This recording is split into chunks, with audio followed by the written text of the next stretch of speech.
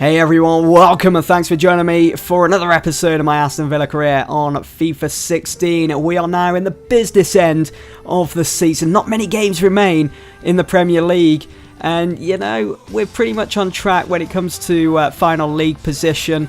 You know, at the start of the season, I said I wanted to get into Europe, whether that be Europa League or the Champions League. Obviously, the Champions League would be an extra bonus. But at the moment, it's looking like it's going to be the Europa League as we're just hovering around that 5th, 6th, 7th. It's back and forth at the moment. You've got Swansea and Tottenham in there. We actually played Tottenham, which you'll see the highlights of a bit later on in this episode. But when it comes to the FA Cup, we're doing fantastic this season. We're so close to reaching Wembley, but it was Rotherham that held us up in the quarterfinals. In the previous episode, I did kind of leave that a bit of a cliffhanger. They forced a draw, they forced a replay, where we had to travel to their ground, which you're seeing in the highlights right now.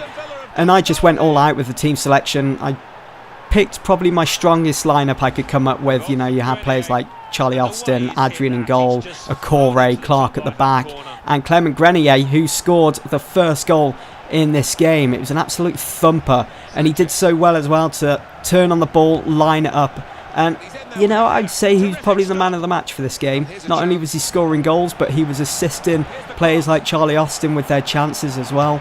So, you know, he's got such a bright future ahead of him here in this Aston Villa career mode. I can't wait to see what else he has in store for us in the next couple of seasons to come.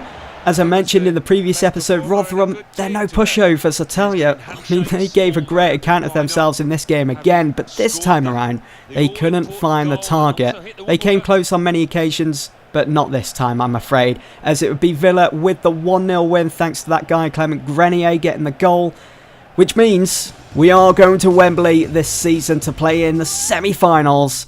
The draw had been made. We will be playing Newcastle United. We've been let off lightly there, as I think a semi-final draw against Man City could have made things a lot more difficult, as we don't really have a good record against them in this season.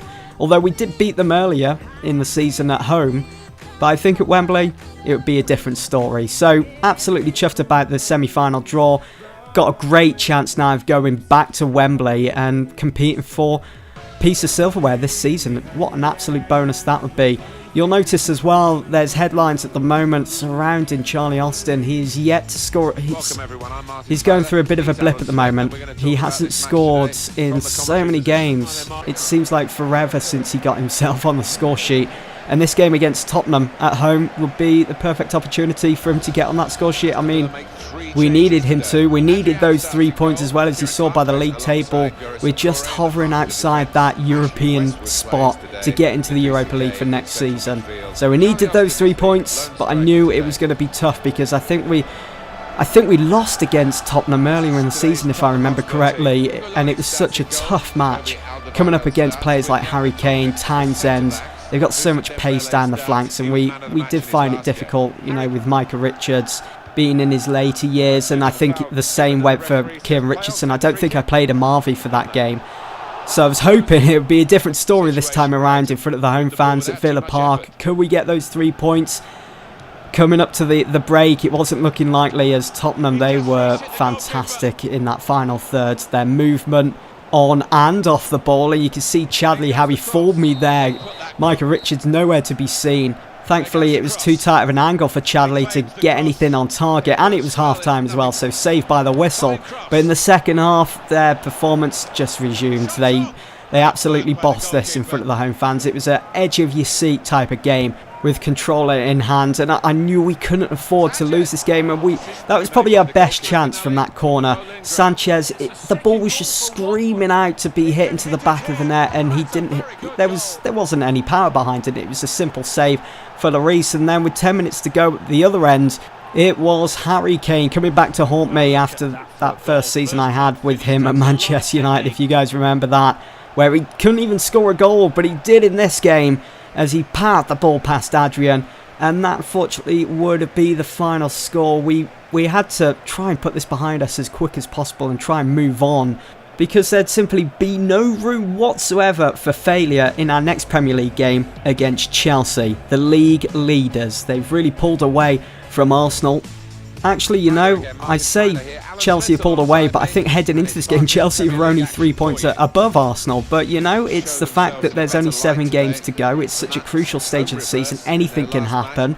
If Chelsea were to go on a run of winning games starting here at Villa Park, then they would have the title wrapped up as simple as that. But again, this is FIFA 16, this is the Premier League. Anything can happen. I suppose it's still kind of wide open, the title picture. But that aside, I wanted to make sure that we could get the win this time around playing Chelsea, because at Stamford Bridge we had lost 2-1 with Oscar scoring the second goal in that game. It ended 2-1 if you guys could cast your minds back to that.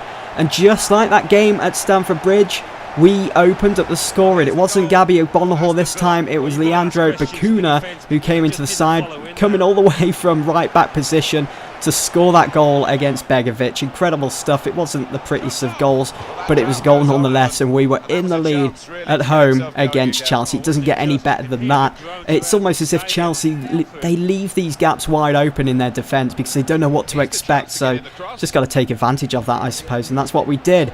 And it's a good lead to have against the league leaders as well. We're on the verge almost of crumbling them and just shaking their very foundations of what they've built their season on.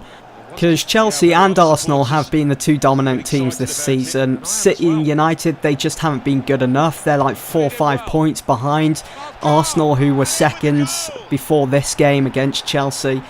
I think it's pretty interesting as well, because I haven't really come across this type of scenario where it's just a 2-horse race for the league title in one season. Normally, for me on a FIFA career mode, it's between 4 or 5 teams, and it's so close right down to the very last day. Whereas this season, I think it's just going to be Arsenal and Chelsea. And once Radamel Falcao got the equaliser and was threatening for a second, I think I've pretty much made up my mind that it'll be Chelsea to get the title this season. So that's kind of something to look forward to in the next couple of episodes, to see who will lift the Premier League trophy on the final day. Will it be Chelsea or will it be Arsenal? Well, we held Chelsea to a draw in this fixture at Villa Park instead of dropping all 3 points, so a point's better than none as we continue our pursuit for European football for next season. Join me for the next episode where we will be playing Swansea and bottom of the league Bournemouth, and also that FA Cup semi-final against Newcastle. Thanks for watching.